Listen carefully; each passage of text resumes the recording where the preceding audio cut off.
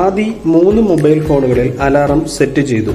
ഒന്നാമത്തേതിൽ 6 minute കൂടുമ്പോഴും, രണ്ടാമത്തേതിൽ 8 minute കൂടുമ്പോഴും, മൂന്നാമത്തേതിൽ 10 മിനിറ്റ് കൂടുമ്പോഴും അലാറം മുഴങ്ങും.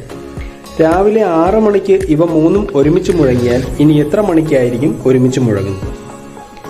ഇങ്ങനെയുള്ള ചോദ്യങ്ങൾ LCM കാണുന്നതിനായിട്ടാണ് നമ്മൾ ഉപയോഗിക്കുന്നത്. അതിന് ചെയ്യേണ്ടിയിരിക്കുന്നത് തന്നിരിക്കുന്ന സമയങ്ങൾ ഒന്ന് കുറിച്ച് വെക്കുക.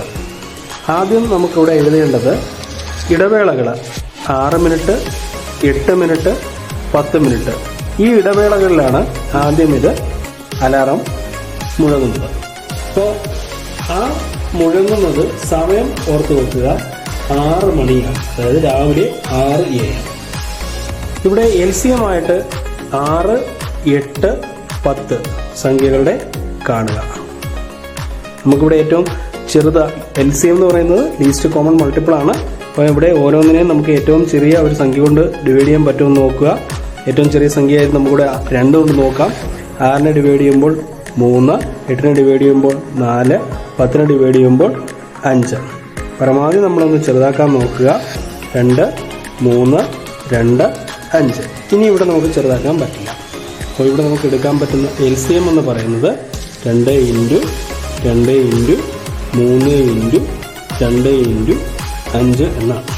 2 ഇൻറ്റു 2 4, 3 ഇൻറ്റു 2 6, പിന്നെ ഇവിടെ ഒരു 5 കൂടി ഉണ്ട്.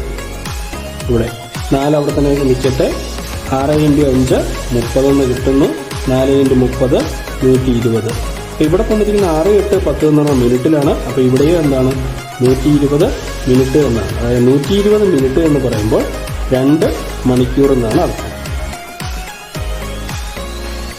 ഇവിടെ രാവിലെ 6 മണിക്ക് ഒരുമിച്ച് ഇത് മൂന്നും മുഴങ്ങിയാൽ അടുത്തത് ഇനി എത്ര മണിക്കാണ് ഒരുമിച്ച് മുഴങ്ങുന്നതാണ് ചോദ്യം. അപ്പോൾ ഇവിടെ നമുക്ക് തന്നിരിക്കുന്ന 6നോട് 2 മണിക്കൂർ കൂട്ടിയാൽ മതി, അതായത് 8 AM.